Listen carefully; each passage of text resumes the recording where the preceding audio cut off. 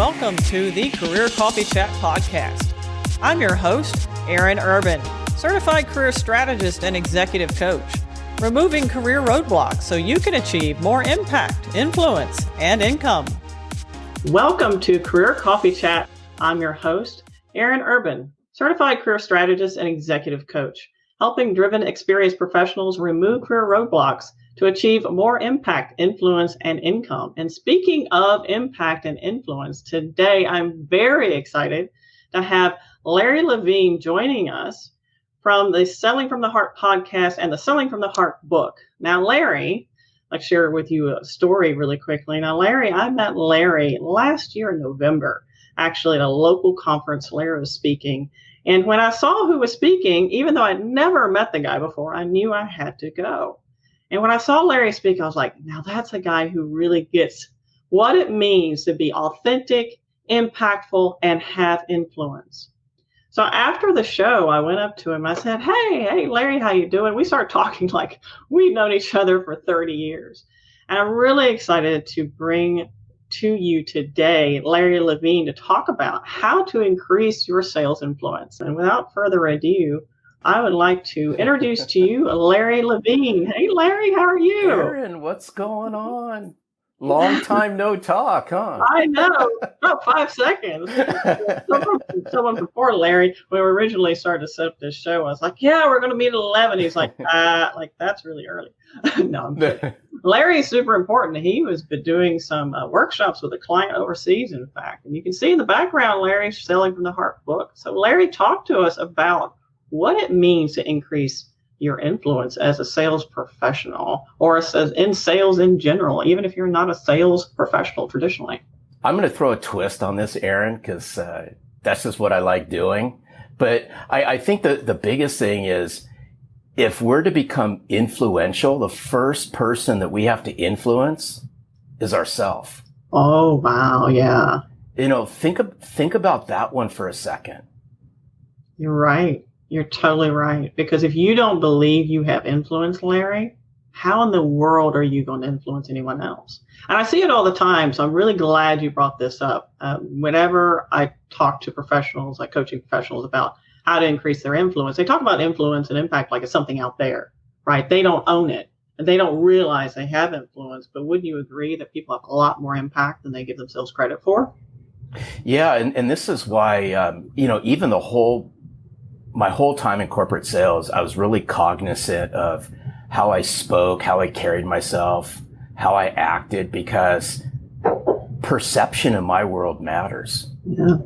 And the way I carry myself and the way I'm perceived matters.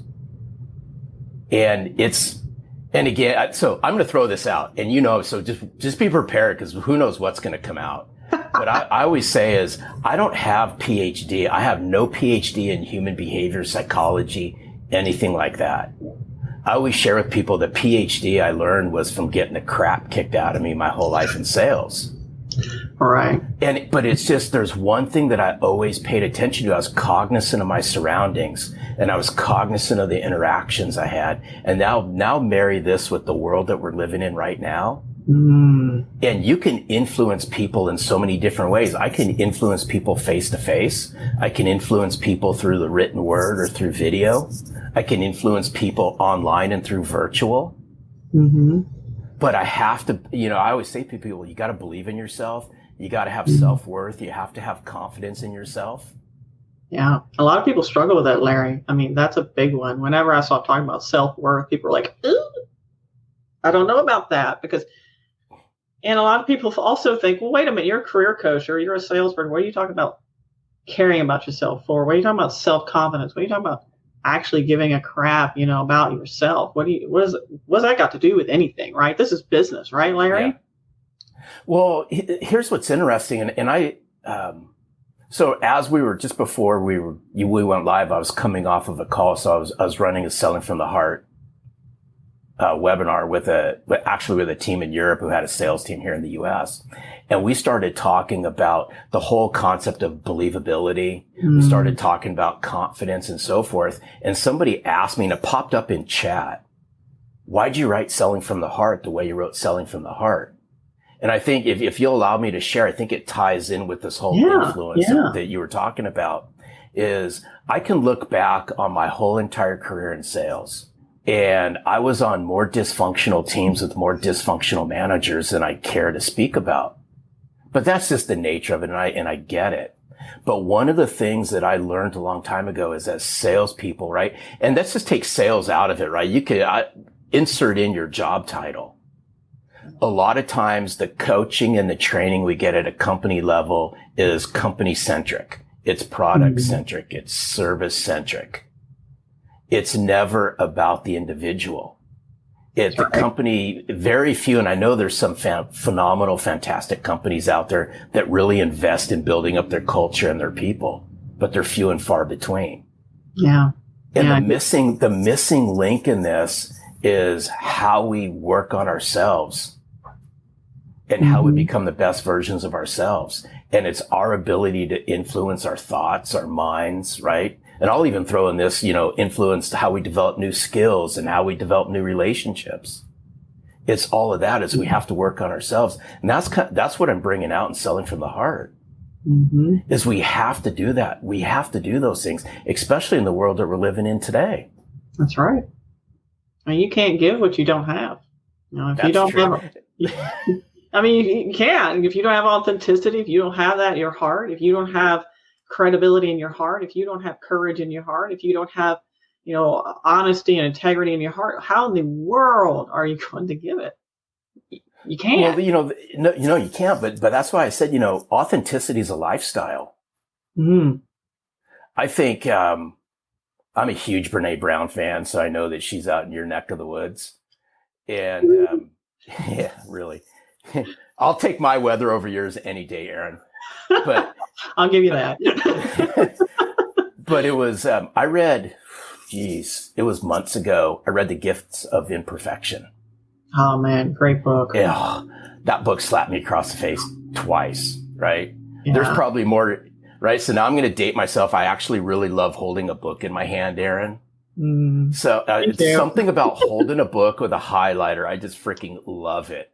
Thank you. Hey, by the way, I didn't prompt. There was no prompting on that. No, totally. And signed. Here we go. Signed. See? Hey, by the way, that's one. So it just goes back to, and I love the story on how we met. We're just going to digress all over the place. But here's what's interesting is, can I take everyone back to how we met? Yeah, I introduced that a little bit. Yeah, by all means. I love your perspective because. But I think this is really important as we start talking about impact and influence. And I always share with people, you never know who's watching you. In the world that we live in today, you have no clue who's watching you. You might if they're connected to you or they're following you or something like that, but you never know. All right. And this is a perfect example because it was at that event that we met, but you already knew something about me already.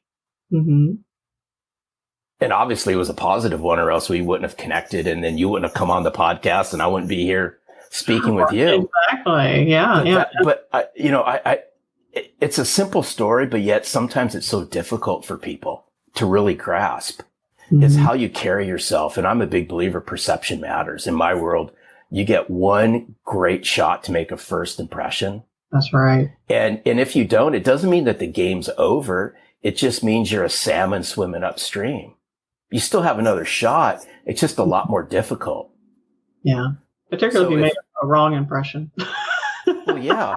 So now, now we take a look at how we can build relationships and connect to people and build deep, meaningful relationships. They can happen in so many different ways, but it all goes back to, I'm a big believer that, and I'll set the influence thing aside for just a moment.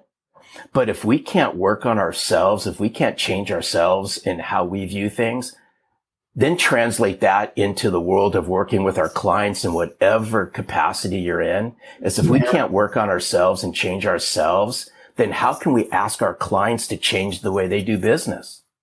That is so powerful. I mean, that is gold right there, Larry. It truly is, being able to embody that which you want to demonstrate. Because here's the thing, and it took me a really long time to get it as a professional, and it was hard for me because I wanted to believe that I could drive everybody else's perception of me, and you can here's the thing, you drive your credibility, but you don't determine it.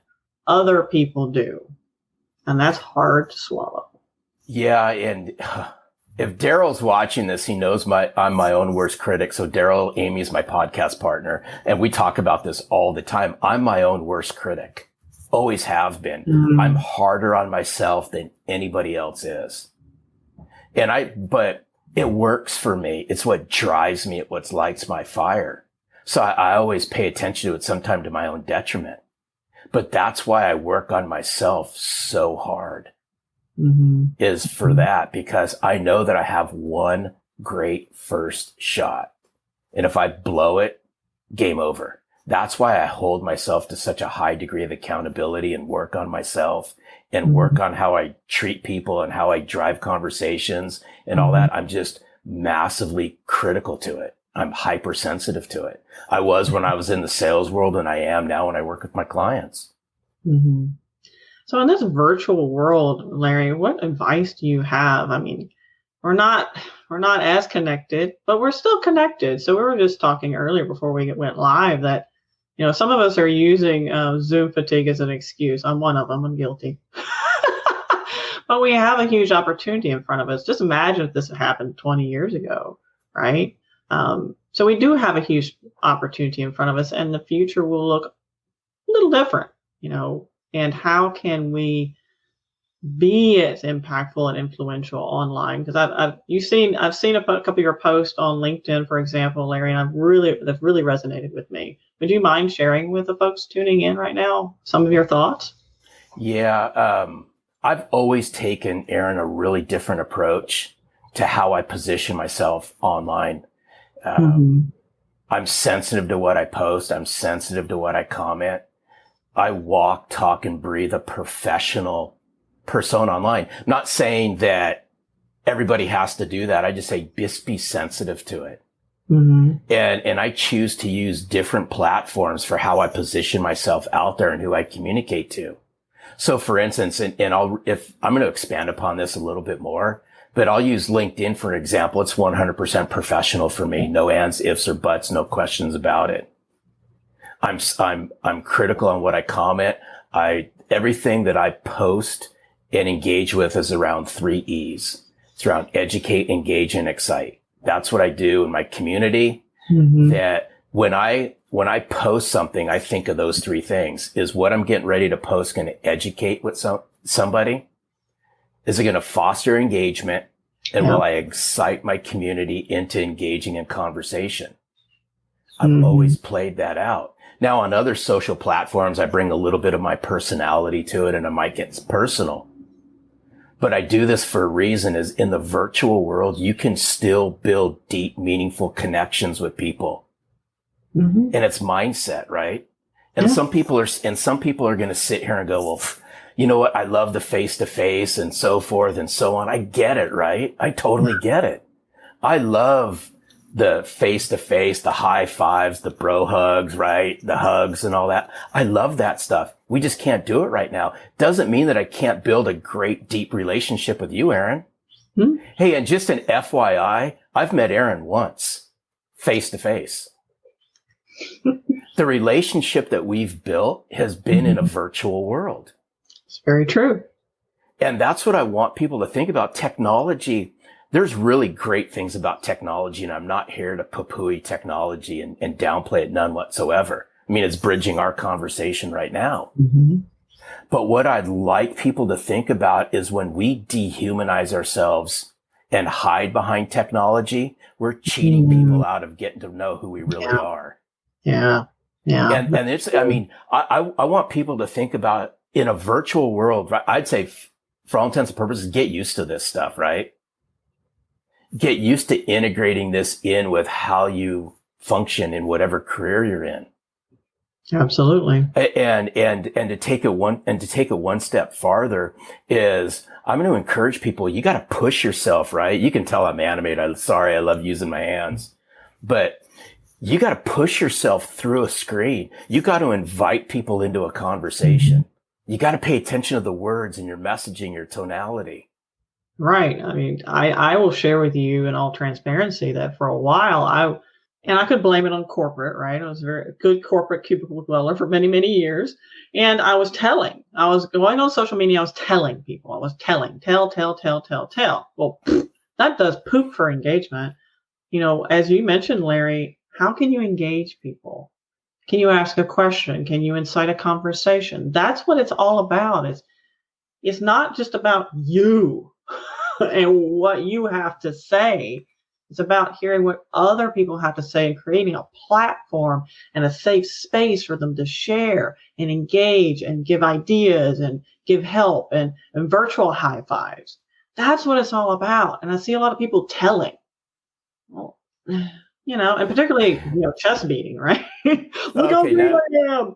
Okay, okay, Aaron, you just wound me up. So now I'm going to go on a roll for a second. There's so much social graffiti being sprayed all over the place because everyone's beating their chest, right? And I've coined this phrase, social Pied Piper. There are so many social Pied Pipers out there pontificating. Now, granted, and so let me preface, we can use this platform in a virtual world however we see fit, right? There's enough social police out there to tell you what you're doing right and wrong. But what I want people to be cognizant of in your professional growth, in your career development, you never know. And that's why I've been doing a series of videos on LinkedIn. You never know who is watching you. Never. You never know. There'll be times that I'll get a connection request and I love driving engagement. And somebody in my message channel said, you know what? I've been watching your videos, or I've been listening to your podcast, or I've been reading your blogs, and this is the first time I've reached out to you. Oh, how long's this been going on? A year or two? Yeah. So when you pontificate, right? And when you tell and yell and do all these things and create your followers, is that the right audience? That's right. Are you actually connecting with those? Yeah. And that's what I want people to realize is it's okay, right? I mean, we live in this connection economy, this experience economy, this attention economy, whatever word you want to wrap around. I love all of those. But here's the thing is, are we in an engagement economy, right? There's if we just use if we just use this platform, right? How we're communicating, or let's just use LinkedIn, right? For an example. You want true engagement? Then humanize yourself. When somebody comments, put some thought behind it. Bring you out. Humanize yourself. Mm-hmm. That's why I always took the stance that regardless of the piece of content that I put out there, if somebody comments on it, it's my responsibility, Aaron, to comment back to further the conversation. Right. It's an easy transition to take that right off of line. But if somebody says, hey, great, too. Yeah, absolutely. But there's too many high fives and all this stuff, right? Mm-hmm. That's okay. But what are you going to do with it, right? Mm-hmm. I mean, you never know. I mean, I'll give you a great example. So people comment on some posts that I do on LinkedIn, and someone will ask a question, well, what about such and such? And I'll go, you know what? I have an article, or I have this video, or I have something of value to give you other than just some, I don't know, random, high level, no value add engagement. That's not engagement. I think we need to take it a little bit further, because like it or not, whether you're a sales professional or whether you're a person just interested in growing your career, social is where it's at. And as a coach, I can tell you that when it comes to expanding your career, you need to have a presence and be very cognizant of how you drive that presence. So what is the balance, Larry, of presenting who you are and creating a facade of yourself just to influence people? And I think, as Larry mentioned, that facade, are you influencing the people you want to influence, And well, so it's funny. So when I hear the word facade, it reminds me of chapter 10 of my book. And chapter 10 of my book's all about being an empty suit. Mm-hmm. And I always say, so now I'm going to date everybody here for a little bit. I remember as a kid watching this show called Fantasy Island. You remember that, Aaron? The plane, right? So now, but I think Fantasy Island's alive and well. it's called social, Mm-hmm. right? So I think, and Brene Brown talks about it in Gifts of Imperfection so well, that people are living a life online that a vast majority of them aren't leading offline. Absolutely correct. They're, they're living this alternative lifestyle online because they're insecure or whatever the case may be. I'm not here to, again, say what's right or wrong, but I will tell you this. It's easy to socially poke holes because you can smell insincerity. But conversely, you can smell sincerity. You can smell how somebody's positioned themselves online. You can tell by how they carry themselves, the words they use, and so forth. But I always, and because I write about it in the book, I talk about sales chaos and so forth. I said, if you lead that real, genuine lifestyle face to face, then why can't you do that online? Why can't you be that genuine, real person? You want to know why? Because people are afraid of sharing who they are because they haven't worked on themselves. Full circle. But it's fine, right? I mean, you get what you get with me. I mean, I don't hide anything. I literally don't hide anything. And that's why I say, business is personal. Business is absolutely personal in my book. Yeah. And especially with everything that we're going through now, I want somebody, this is what you get. Regardless if you meet me face to face, or you listen to the podcast, or you listen to the audio version of the book, you follow me on any social platform, I don't hide anything. I really don't. You get what you get with me. That's right. Yeah. And it's funny because that's why I walked up to you after that presentation, after that event. I walked up to Larry. I said, I got to meet this guy because he's real, because you see him and for those of you tuning in, you've met people like that, or you've seen those particular TV personalities, right? They're all glamorous and wonderful when the camera's rolling, and when it's not, they're a real jerk, or they don't give people the time of day, and they're not really a good person. They're not in it to give value to other people. And Kurt mentions, he says, you're dating yourself, Larry. That's okay, right? Just so everyone knows, I'm double nickels. I turned 55, so I don't care. And that might be the Kurt that I think it is, then he knows. Yeah, and Kurt also says business is personal. Absolutely. Screw B2B or B2C. It's P2P, person to person. Amen. Thank you, Kurt. That was good. So let's just play on that for a second. Yeah. And it's so interesting because, so full disclosure, I'm going to throw something else out there. I remember a long time ago, I was deathly petrified to use the phone as a salesperson. Right? Think about that one for a second. I was surprised I got to where I was at by being so scared to use the phone for such a long time. And then I remember hiring my first coach. And just so everyone knows, I hired my very first business coach in my early 40s. And I remember one of the very first things that this person helped me with was the phone. And I remember this as plain as day, but it plays off this people to people. This person says, are you afraid to engage in a conversation with your friends? No.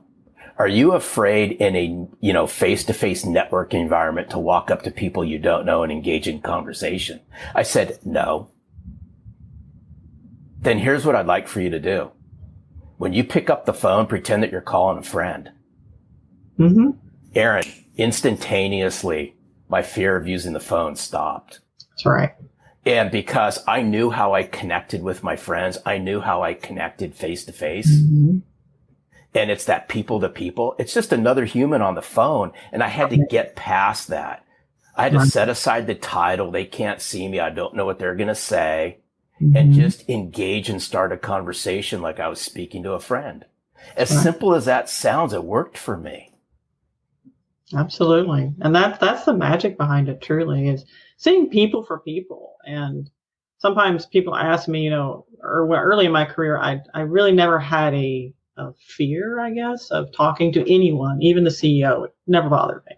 You're like, what, like, that's the head man, we talk to that lady or man or whatever. I was like, well, they put their pants on just like I do. Yeah.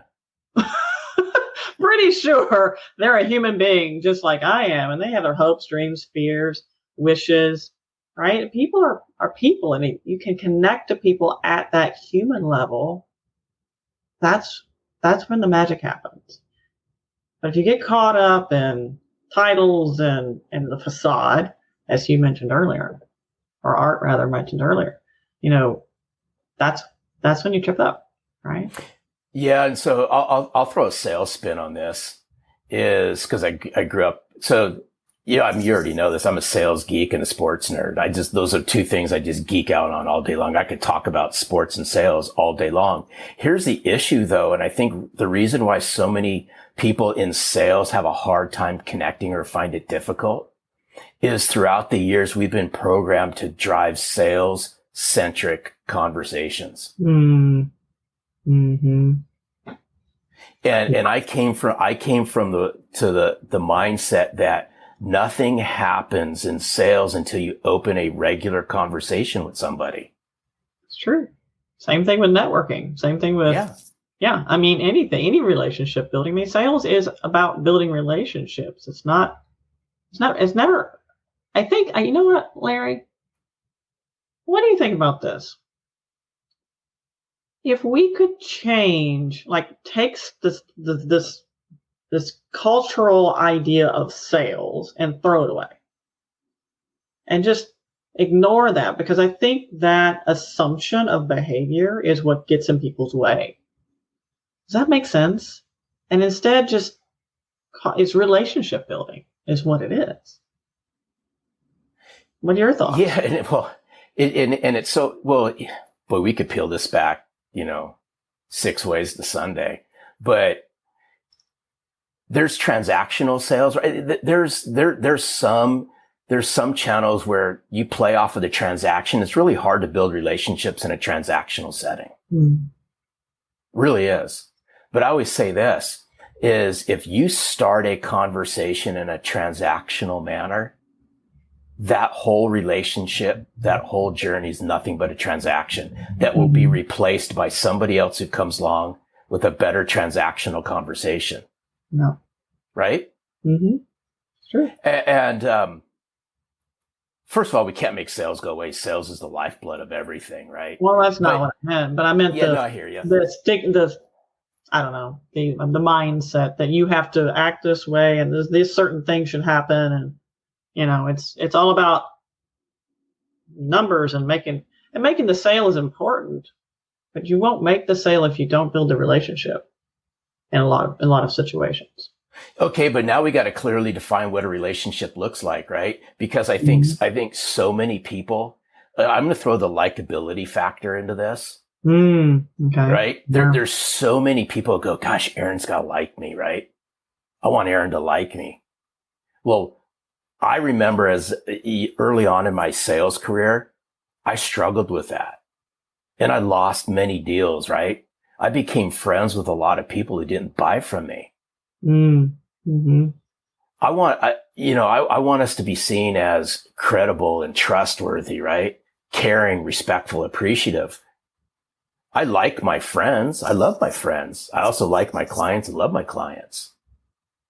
But I think so many people, sales has got this stigma, and rightfully so, that what happens is we just clean the slate and it's just another human having a conversation with another human. Yeah. And then that leads. So I'm a big believer in this. The way to build relationships with people is engage by asking great questions and driving engaging conversation. Mm-hmm. 2 critical things that you need to do in sales. Right. And if you struggle with those, it's going to be hard to develop relationships with people. And in order to build relationships with people, you got to scratch below the surface. And the way you scratch below the surface is ask deep, meaningful questions and get people to engage back. And I always say this, and I think this is a missing part of sales, is I want salespeople to make somebody feel so comfortable that they share with you uncomfortable business things going on in their office. Think about that one for a second. Yeah, that's pretty powerful. And that requires a lot of influence. And in order to influence people, it's interesting. When I was completing my certification in leadership psychology, they mentioned influence. Often people think of it as backwards. Like we have influence backwards. When we think of influence, we think, well, what can I get out of people? Instead of thinking, how can I add value to people? What do they value that I can bring? And in that course, they mentioned the sweet spot is where you can bring tremendous value to someone that costs you very little, right? And then the law of reciprocity kicks in. And so that may or may not apply to sales, but influence, those people who are natural at influencing are those people who care about people and are comfortable demonstrating that in real tangible ways. No, spot on, because I always say this, the way that you really connect with somebody is you got to show how much you care, and you got to bring compassion to the equation. And if you don't do those, you'll connect, but you're never going to really connect. If you get what I'm cooking. Right. Yeah, it's true. So what other golden nuggets, Larry, do you have to share with these fine people that are joining us? So I'll throw another one out. And this is, I call it sales funnel right now. You have some listeners that may not be in sales, but they still have, this will still play out. I always share with people, if you want to have an ever-flowing sales funnel, you have to build an ever-flowing relationship funnel. Oh, yes, that's good. So let's think about this for a second. And so when I work with sales teams and individuals and at leadership level, I ask them to think about these things. So I always engage with people. Hey, tell me, Aaron, what's a win that you had today? And when you ask a salesperson, what's a win that you've had today? Yeah. They instantaneously go to sale, right? I didn't make a sale today. Okay, well, that's fine, right? I'm going to ask people to set this aside. This is how my concept around the relationship funnel ties into a sales funnel. So I want us to think about these things. What's one new connection that you made today? What's one new relationship you started today? What's one new relationship you started inside one of your clients, somebody you didn't know? What's something new that you learned today? If you do those things every single day, week in, week out, month in, month out, year in, year out, I promise you this, you will have a really full sales funnel. Mm-hmm. But I sincerely believe in my heart that the reason why sales funnels are as anemic as they are in some cases is many of us lack the relationship building skills necessary. We only know a few people, right? And we ride the relationship roller coaster. We ride the sales roller coaster, the prospecting roller coaster. And it's a never ending battle. It's why in Selling from the Heart, I write about this. One thing I do know about salespeople is they're consistently inconsistent. Right. Yeah. Just bring consistency and discipline to what you do and make things non-negotiable and hold yourself accountable. Yeah. It's interesting because when we first set up this call, Larry dropped a bomb on me. He said, Aaron, what do you think about this? How many people feel that they actually have influence? And to segue off what you just talked about having that relationship funnel, if you are in sales or whether you are just a professional who wants to expand your network, it's all about keeping your network warm like good coffee. You should never let it grow cold. And as a coach, the biggest mistakes I see people do is they don't touch base with their network until they need something. Then it's going to take time, and sometimes it's almost too late. Need to keep it warm like good coffee. But some people say, yes, they do feel like they have influence. So here, I want to play off of what you just said, and I'm gonna just take it just one step deeper. Is if you fail to invest, you will never be able to collect. So how does this play out in whatever career that you all are in? is if you fail to invest in yourself, if you fail to invest in your relationships, if you fail to invest in your network, if you fail to invest in your professional growth, you will never be able to collect and reap any of the benefits that has to offer. Yes, very true. You have to invest because you can't do nothing and expect something in return. World doesn't work like that. Waiting doesn't, there's nothing happens when you wait. Right, exactly. I mean, if you put nothing out, you get nothing in return. So well, that's simple, right? But yet it's so complicated, Aaron. I got to tell you a funny story. This is simple in my book, but yet it's not simple for others. So I'm going to take everyone back. I just got to share this story because it's been ingrained in my head forever and a day. So my mother-in-law's from Mississippi and my father-in-law's from Oklahoma. And yes, they are as redneck as they get and they love it. And I love them for it, right? They're just down to earth people. So I remember as I was dating my wife, and I'll be married 28 years in a couple weeks. So thank you. I remember when I was dating my wife and we were all sitting at the table. We were just talking. And I remember this as plain as day. And my mother-in-law still to this day calls me boy. Even back then when she wasn't my mother-in-law, she still calls me boy, but I'm not going to do the twang, right? Cause she's got a twang. I think it's just, I can hear her talk all day long. I just love the accent, but she says, boy, let me tell you something. If you can't do the little things right, you will never be able to do the big things right. That's wisdom. And then I'll take it one step farther because then she goes on to say this. So I'm young in my sales career, right? And she goes, boy, let me tell you something else. She goes, don't half-ass anything. Right? And I go, what? I go, and she says, listen, if you're going to do something, do it 100%. Don't half-ass. Think about that as you marry my daughter and all that. I took that to heart, Aaron, and I took that same philosophy to my sales career. Mm-hmm.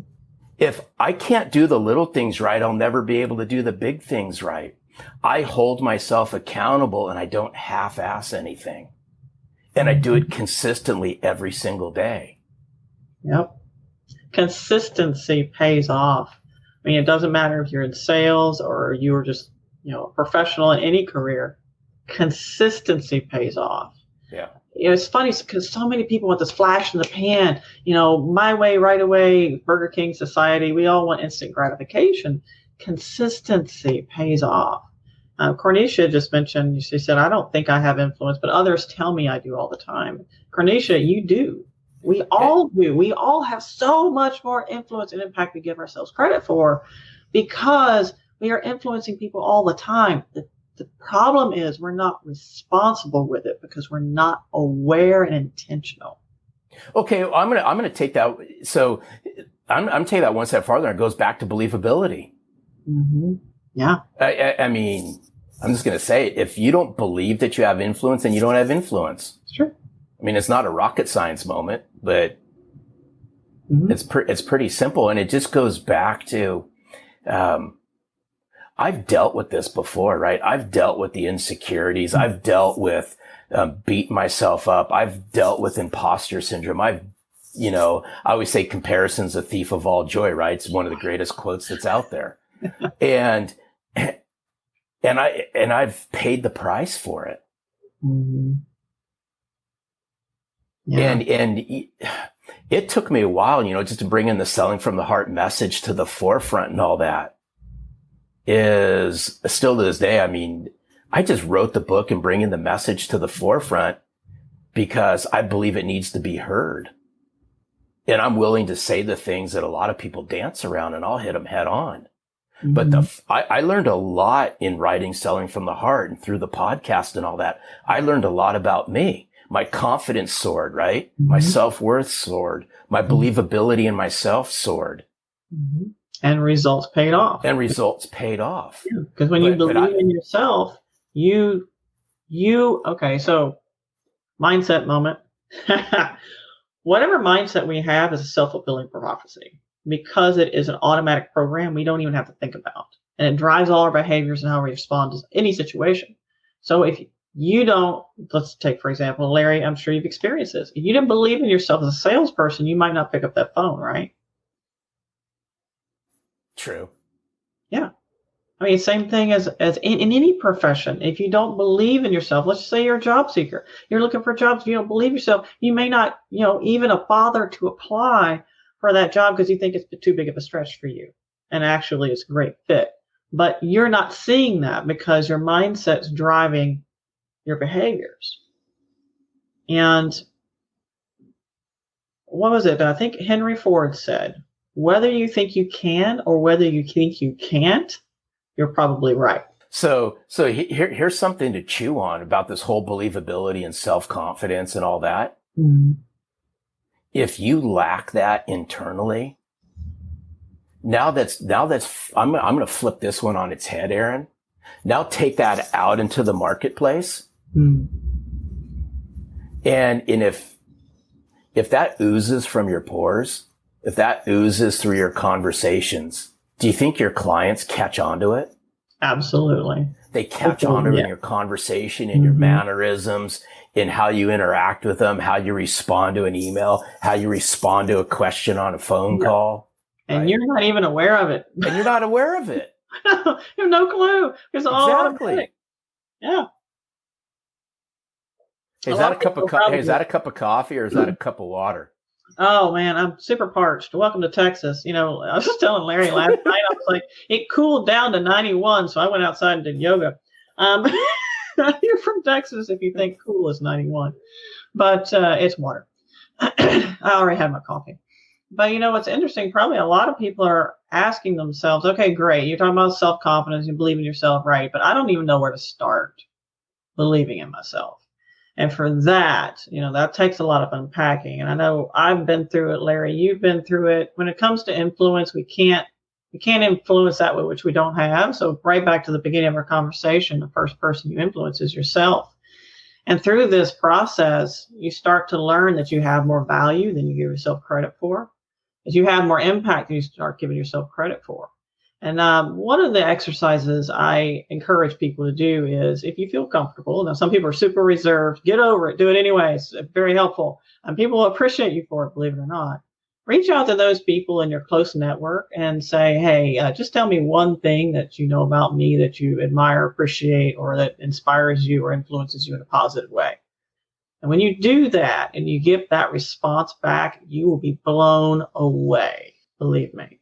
You have more impact than you give yourself credit for. Oh, absolutely. So there's two things I want to play off of that is because in the self-reflection journal, the Selling from the Heart, I challenge people to do this is go to your centers of influence and your friends, close family members, ask them words they would use to describe yourself. Mm-hmm. That's one. Second thing is I'm right here and I have them with me and this might help people. There's a series of index cards. Yeah. These are 3x5 cards. They're at my desk. When I travel, I take them with me in my laptop bag. I'm a big believer in the power of I am statements. Yes. Mm-hmm. And so I learned this a long time ago where my brain works the best is first thing dark 30 in the morning. And I sit and I self-reflect and I think about me and I sit in this office right here. Dark, complete dark, right? I sit in a chair behind me and I just think, right? Mm-hmm. Think about what I did yesterday. Think about what I need to do today. Who have I helped, right? What can I give back to? And I do that for half an hour, just thoughts that run through my mind and so forth. Then I kick on the light. I read these. It takes me 5 minutes and I read each card because it goes back to a long time ago. I beat the crap out of myself. Yes. And I was my own worst enemy. Then when I found out the power of I am statements, I read them every single day. Yeah. I always have to remind myself, I've been through a huge thing of self-confidence as well. I've been through it and it sabotaged my career big time. Because I didn't own my impact. I didn't think I had any influence. I didn't give myself enough credit because I I couldn't influence myself. I was just not owning that. And I had impact. It was just negative. Yeah. Because I wasn't responsible with it. And when we don't appreciate who we are and gives ourselves space and grace, it can lead to a self-fulfilling toxic environment. And that does nobody any good. It doesn't do you any good. And I guess one of the things that helped kick me into a full positive cycle was just thinking, okay, are any of these thoughts helping me achieve my goal? Yeah. Is this doing me any good at all? Yes, no. No, scrub them. What will help me? Am I helping me? Am I being my own best friend? Oh, it's so spot on because, I mean, Lord knows I've beat the crap out of myself tons of times. But what good's it do, right? It just, when it's all said and done, I feel worse after beating myself up than I did if I didn't beat myself up, right?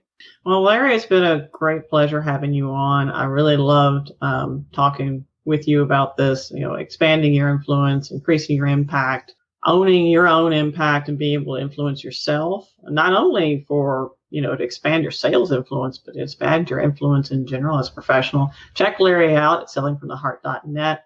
Be sure to check out his podcast with Daryl, Amy. It's super awesome. I love both of them. They do a fantastic job. Well, you've been a guest, fun. Aaron.